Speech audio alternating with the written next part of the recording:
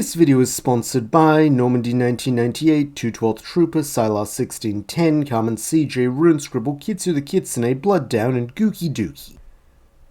Back with Sonic and Tails, they feel the ground rumble beneath their feet, and having a hunch this seismic activity is either the result of Shadow causing trouble or being in it, Sonic immediately comes to the decision that he needs to get down there and check things out for himself. Tossing a Chaos Emerald to Tails, the Blue Blow repeats Shadow's prior instruction to wait and serve as an anchor point. Then, with a quick grin and a thumbs up, he leaps into the air and drop dashes down the same hole as his mentor. Subsequently, he is able to hit the ground running, quite literally in fact, as by following Shadow's path, it does not take him long to find the cave-in, and after receiving no response when he calls the black and red hedgehog's name, he starts digging with a frantic urgency that proves his hands can move as fast as his legs when he wants them to. Finally, after what feels like forever, he uncovers Shadow, prone and unmoving, with Sonic briefly fearing the worst. That is until the elder hedgehog's eyes flutter open, and he grumpily grumbles that he thought he told his companion to wait with Tails. Rolling his eyes affectionately, Sonic retorts that Shadow should know by now he's not the kind to watch from the sidelines, though his voice carries an undertone of relief that is not lost on the ultimate life form. Laying a hand on Sonic's shoulder in his version of a comforting gesture, Shadow wastes no time relaying the events of his encounter with Robotnik, and how by now the Doctor could be anywhere on the island or beyond.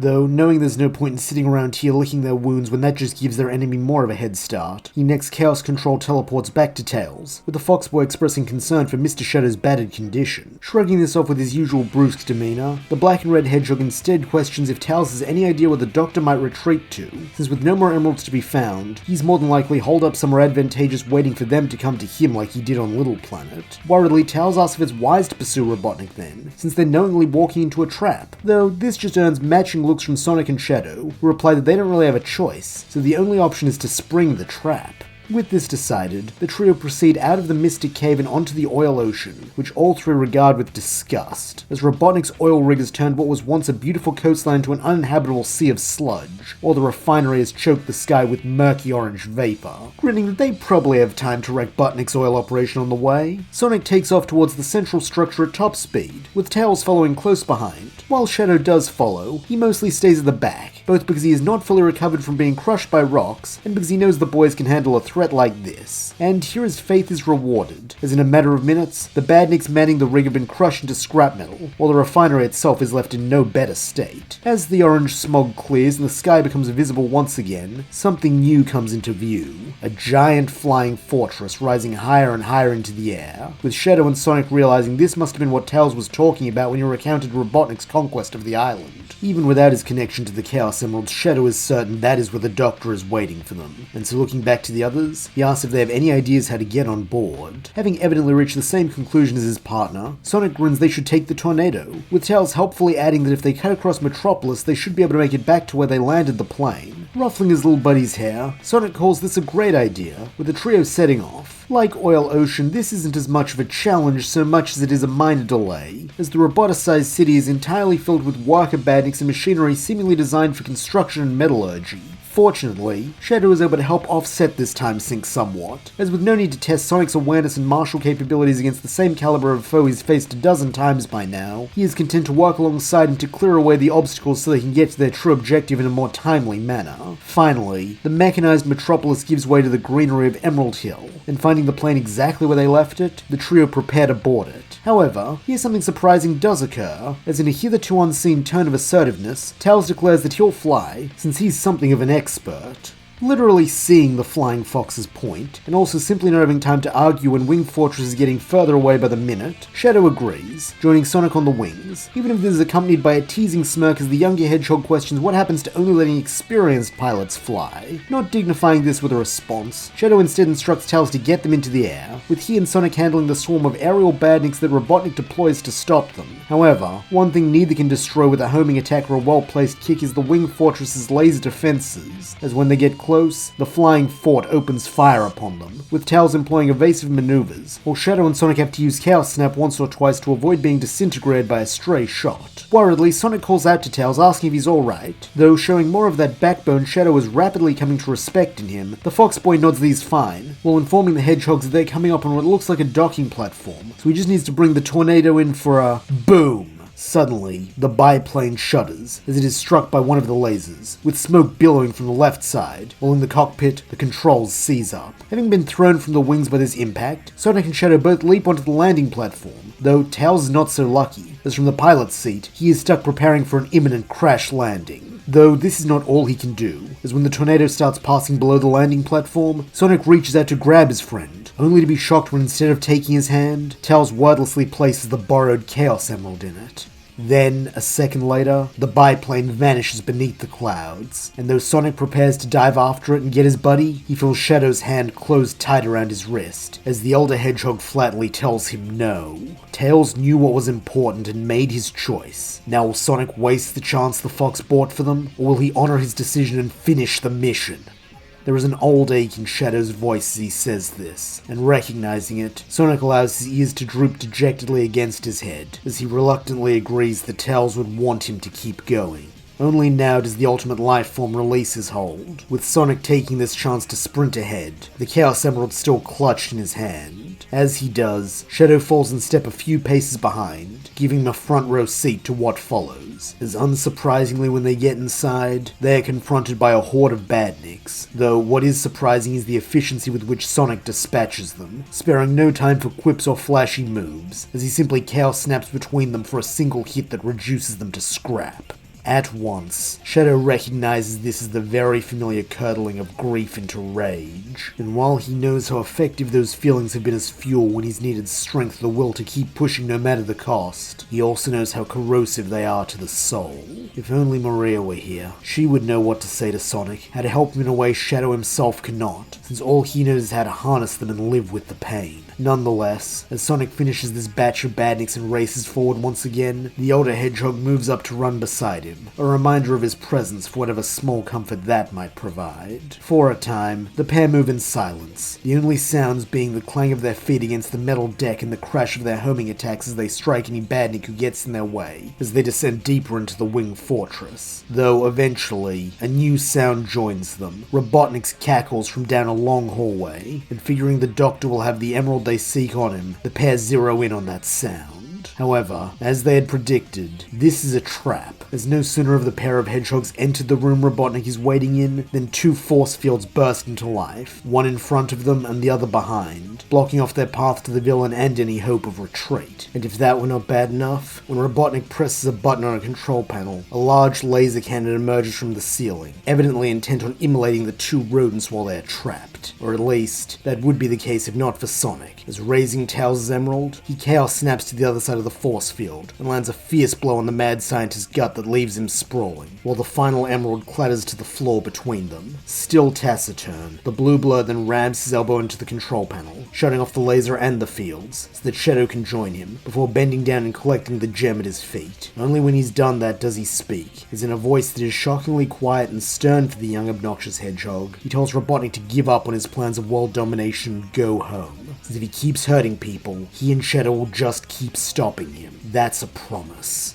At once, Shadow feels something loosen in his chest, as even in the midst of grief, Sonic has not lost himself. Though evidently Robotnik is far less moved, as letting out another mad guffaw, he jeeringly asks if the blue brat really thinks he's beaten him. That Chaos Emerald doesn't matter anymore, since through his refinery and oil ocean and his factories and chemical plant in Metropolis, he has built and launched his ultimate weapon, the Death Egg, an orbital battle station capable of conquering this puny world in hours. So he hopes the rats enjoy their rock, since he's off to claim an even bigger prize. With this, a hole opens up in the floor, allowing the Doctor to vanish from view, though he is not gone for long, as through a porthole, Sonic and Shadow watch as a sleek spacecraft rises up towards the atmosphere, where the Death Egg must no doubt be looming. Letting out a grunt of frustration, Sonic slams his fist into the floor, cursing Butnik for his schemes, since he doesn't know how he's meant to get up there and stop him. In a practical tone, Shadow urges his protege to stay calm so they can think of a solution together, though it seems the Chaos Emeralds are just as agitated as Sonic, as those in his and Shadow's possession slowly start floating in midair before making a ring around them. Even the one in the younger hedgehog's hand wriggles a bit, as if trying to join the circle, though for now Sonic maintains his grip on it, while asking Shadow what's going on. Truthfully, the ultimate life form isn't sure, telling his friend as much, since while he was created to harness the power of chaos energy, he does not know all its secrets. secrets. Though what he does know is that if the emeralds are reacting this way, it must be for a reason, so he is inclined to let whatever they are trying to do happen. Placing his trust in the Chaos Emeralds, and more importantly in Shadow, Sonic releases his hold on the final stone, and as it joins its fellows in the ring, they circle the duo once, before flying into them in a flash of yellow light. An instant later, Sonic and Shadow find themselves transformed, their blue and black fur having become bright gold, while new power the likes of which they have never felt before courses through them. It is as though they have gained the ability to turn their thoughts into reality, as in response to Sonic's wish to pursue Robotnik, his body starts to float on its own, with Shadow's doing likewise after a moment. Knowing what they must do, the pair of hedgehogs burst through the ceiling of the winged fortress and into the sky, with neither wind nor gravity standing in their way as they soar towards the steadily growing form of the Death Egg. In this transformed state, they are able to reach top speeds far exceeding their regular max, so that in no time at all, they have punched their way through the space station's outer hull and arrived in another hallway like the one on the wing fortress. Figuring this will eventually lead them to the command center and with it Robotnik, Sonic and Shadow press forward, flying side by side as the corridor gives way to a large room. Though, as they will see, this room is not empty, as descending from out of view comes a hulking robotic hedgehog, who appears to be some sort of prototype or variant of Metal Sonic and Metal Shadow. From the looks of it, this model has traded speed for raw power and durability, as it stands more than a head taller than Shadow, and has heavy armor plating that could likely withstand a missile. However, that does not mean it can withstand two super hedgehogs, as having no time to play with their faker's faker, the pair of heroes fly forward and strike it together, with their innate coordination allowing them to set off a series of small explosions within the bot's chassis that leave it as little more than a pile of twisted and blackened metal. As this happens, a new sound fills the room, a furious blustering curse, and looking at the back wall, Sonic and Shadow spot what appears to be a TV screen with Robotnik's face on it, as evidently he had been watching what he thought would be his nemesis' demise in the hands of his newest creation. Though, now that this hope has been dashed, the Doctor promptly cuts the signal. Not that it will do him much good, as following the cables connected to the TV with their eyes, the two hedgehogs set off in that direction, golden fur still aglow.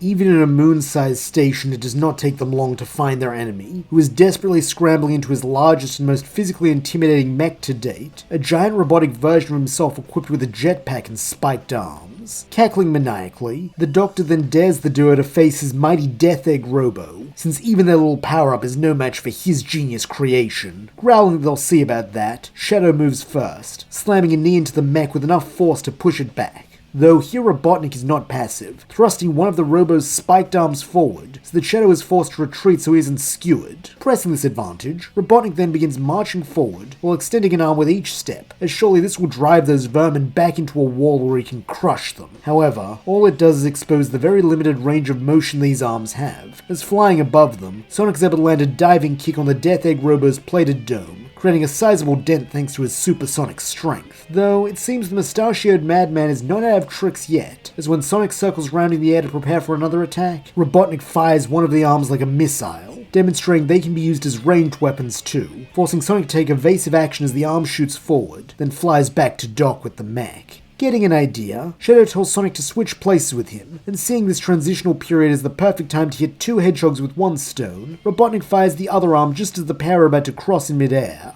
This is exactly what Shadow had been hoping for. As changing course, he's able to grapple the flying arm, then with a grunt, he flips it end over end, so the spikes are pointing back at the Death Egg Robo. Seeing what Shadow is planning, Robotnik lets out a scream of rage, though it is already too late, as the arm's auto-retrieval program brings it back to the main body, with the sound of metal piercing metal soon following as the spikes tear through the housing unit and into the Robo itself. Recognizing the effectiveness of this tactic, Sonic tries to take it one step further, spin dashing into the undamaged arm to forcibly dislodge it, then slamming into the mech's chest with tremendous force. By now, smoke has begun billowing out of the Robo's nose, and seeing this as their cue to end things, Sonic and Shadow form up and begin spinning in preparation for their final attack. Meanwhile, Robotnik likewise initiates what he believes will be his coup de grace, as even with his mech's arms gone, he can still crush the pair of do-gooders by activating the Robo's jetpack and dropping down from above them. And so it is that as the villain rises into the air and then begins his rapid descent, so do the heroes burst upwards in a joint homing attack, with the two sides colliding in the center of the room, while a shockwave ripples out between them. However, in truth, there was never any question as to which side would prevail, as with the power of 2 super hedgehogs, the mech is sent flying backwards with the speed of a bullet, as it smashes through the ceiling, and then begins tearing its way through dozens of the Death Egg's core structures and systems. As a result, explosions quickly begin rocking the space station, with Sonic and Shadow recognizing that it's time to go, though as they descend back into the atmosphere, they are struck by the same sensation, their new golden power fading away. For a second, the pair worry if they'll be able to make it back to the ground before their descent becomes a free-fall, though, as if in response to this thought, a familiar red biplane rises up from beneath the clouds to catch them.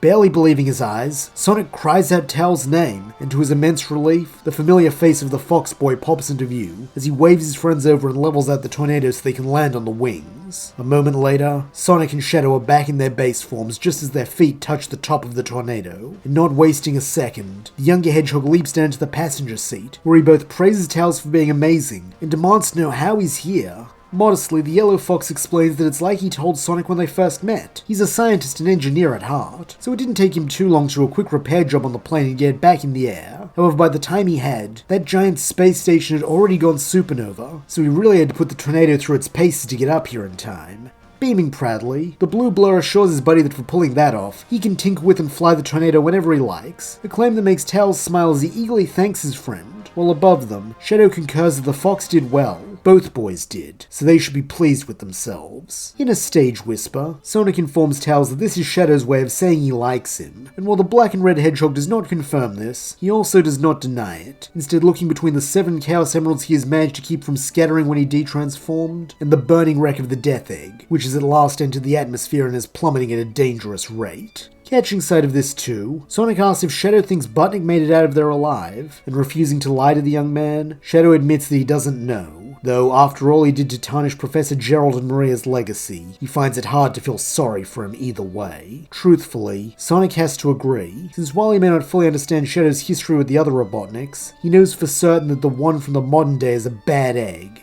Though, on the upside, if Robotnik does ever come back, they've got the Chaos Emeralds, so dealing with him should be a breeze. But for now, he's looking forward to some R&R, since after this whole ordeal, he thinks they more than deserve a break.